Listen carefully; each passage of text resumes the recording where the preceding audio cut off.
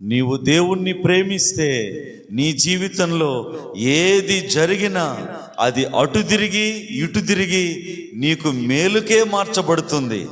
నువ్వు దేవుణ్ణి ప్రేమించేవాడివైతే ఈ లోకములో డబ్బును కాదు, ఐశ్వర్యమును కాదు, ఈ లోకములో ఉన్న వాటిని కాదు, దేవుణ్ణి ప్రేమించేవాడివైతే నీ జీవితంలో ఏది జరిగినా అది అటు తిరిగి ఇటు తిరిగి మేలుకే మార్చబడుతుంది.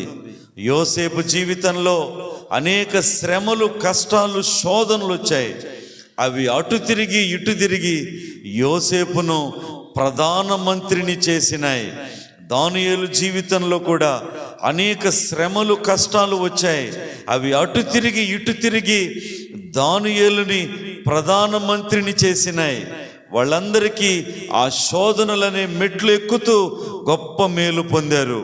వాళ్ళు దేవుణ్ణి ప్రేమించారు. వాళ్ళు ఈరోజు నీవు నేను కూడా దేవుణ్ణి ప్రేమిస్తే లోకమును కాదు, లోకములో ఉన్న వాటిని కాదు, డబ్బును కాదు, బంగారు కాదు, దేవుణ్ణి ప్రేమిస్తే దేవుడు మన జీవితంలో ఏది వచ్చినా దాన్ని మేలుగా మార్చగలిగిన శక్తిమంతుడు, సమర్థుడు.